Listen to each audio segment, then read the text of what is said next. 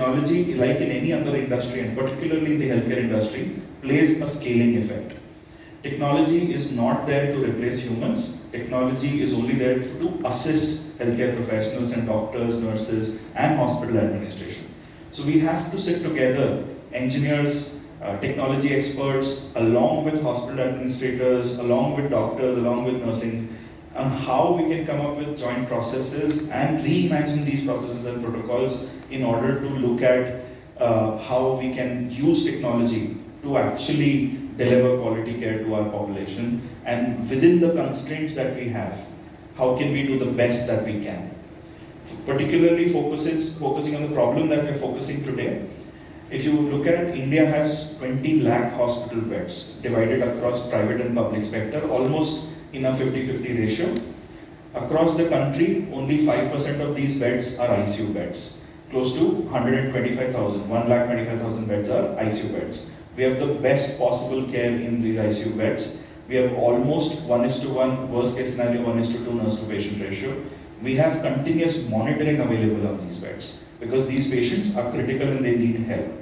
But outside the ICU, 18,75,000 beds have almost no monitoring, which is continuous. And as a result, what we end up doing is we end up taking spot checks for a particular patient.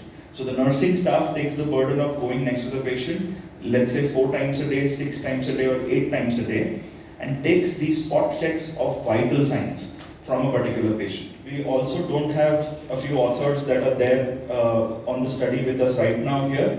We participated with Dr. Joss, Dr. Tebul from UK and France respectively, Dr. Lopa from Bangladesh, and also a few participants from our team as well, which unfortunately cannot be here today. So a big thank you to them as well.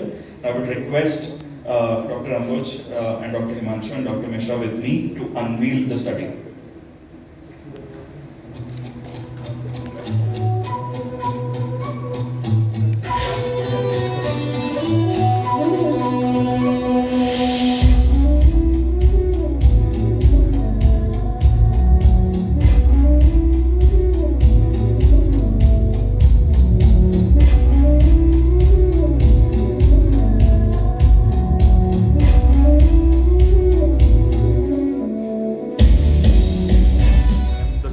As well as the Chief Technology Officer for Dozee.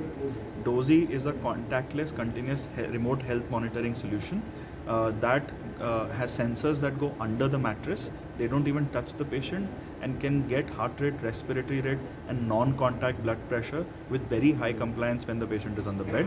Additionally, it can monitor more vitals like SpO2 and temperature from other accessories wireless. What the enablement of all of these vitals do is it enables us to create a AI-powered early warning system where we can identify signs of health deterioration in patients and alert the healthcare professionals, doctors, nurses in time so that they can take action.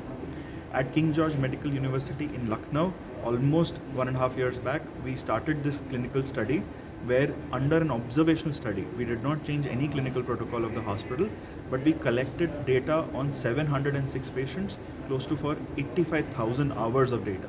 That itself is a big feat, collecting this much amount of vitals for patients in a tertiary healthcare setting, which is very, very busy, almost 90% occupied, and in a nurse to patient ratio of 1:36.